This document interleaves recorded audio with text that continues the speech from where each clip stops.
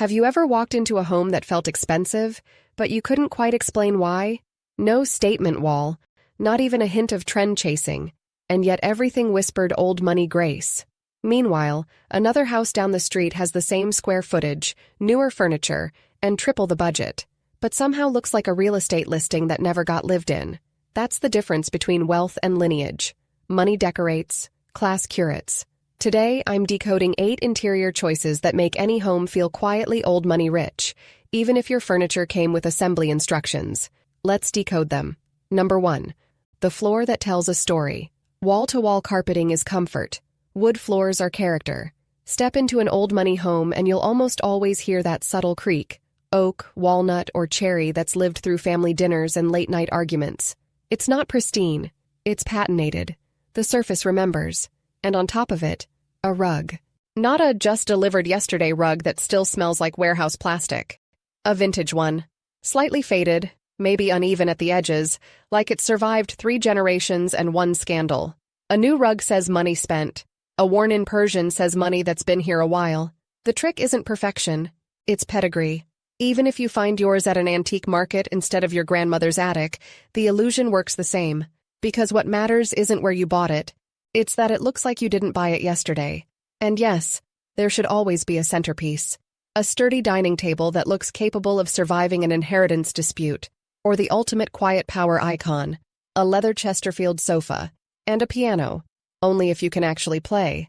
Because nothing screams new money louder than a silent Steinway gathering dust under a ring light.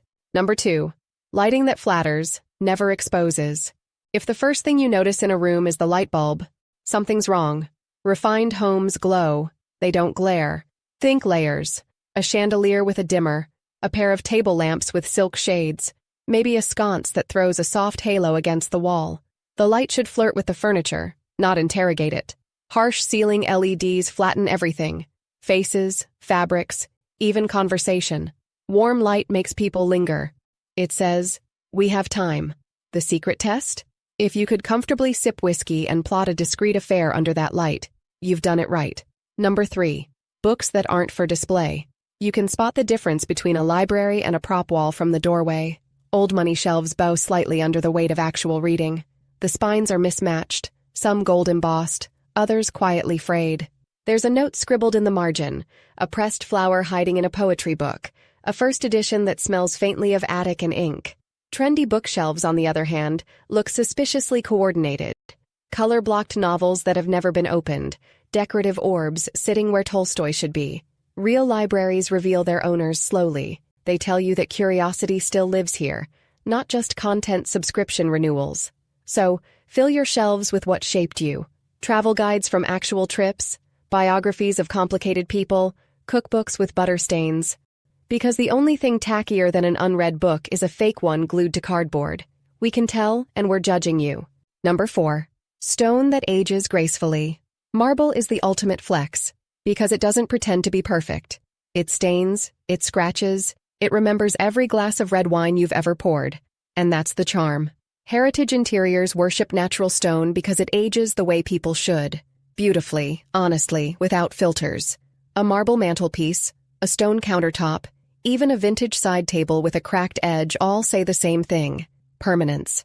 You're not retiling your rental bathroom in Carrara marble, but one marble-topped coffee table from a vintage market, a limestone tray, that elevates everything. It's the design equivalent of one expensive accessory with a cheap outfit. Nobody questions the outfit. Number 5. Fine china that actually sees the table. Display-only tableware? Très nouveau. Meanwhile, the refined aunt you envy drinks orange juice from crystal every morning. That's the difference. Possession versus participation. They use their silver, they use their porcelain, and if it chips, it becomes a story, not a tragedy. When you serve coffee from real china instead of a logoed mug, the room instantly elevates. Not because anyone notices the brand, but because it sends a whisper. I live like everyday matters. And let's be honest, those crystal glasses were made to clink, not collect dust. Number 6. Real art, not prints pretending to be it. You can always tell when a wall is lying. Mass-produced abstracts from chain stores have the same sterile perfection as influencer kitchens. Technically nice, emotionally vacant. Old money art rarely matches the sofa. It's eclectic. A portrait inherited from a great uncle who may or may not have been respectable. An oil landscape from a flea market. A still life someone in the family actually painted. Real art doesn't try to fit. It belongs because it was chosen with taste, not trend anxiety. If you can't afford originals, go for texture. Charcoal sketches, vintage etchings, small-scale works from emerging artists. Seriously, supporting emerging artists is very old money of you, and it's a conversation starter.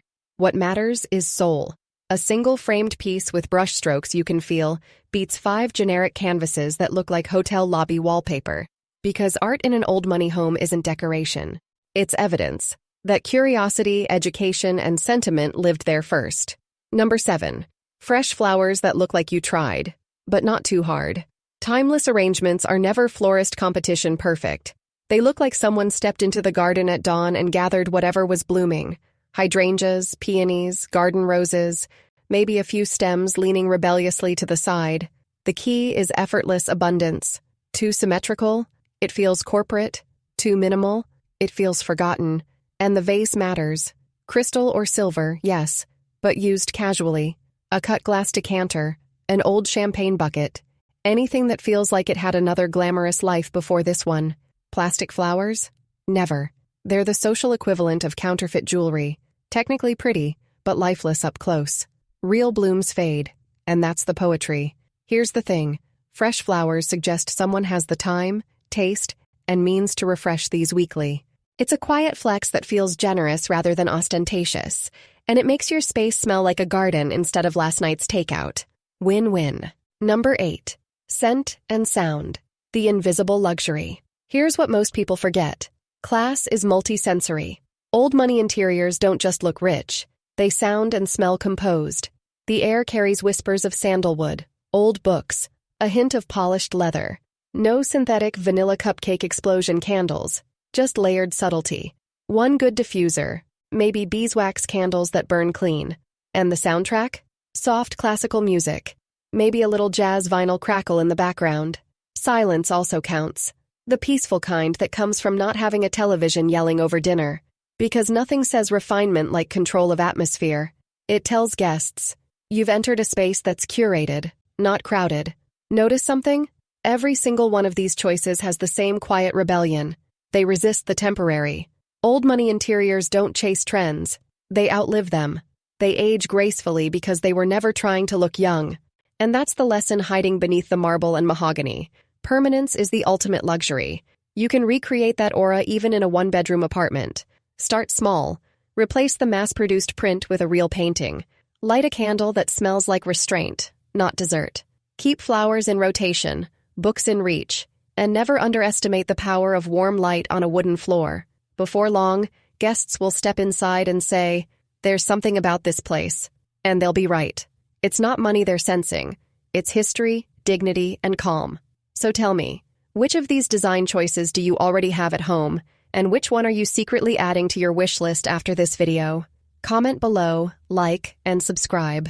And if you're updating your interiors, you'll find my curated Amazon storefront with elegant living essentials linked below.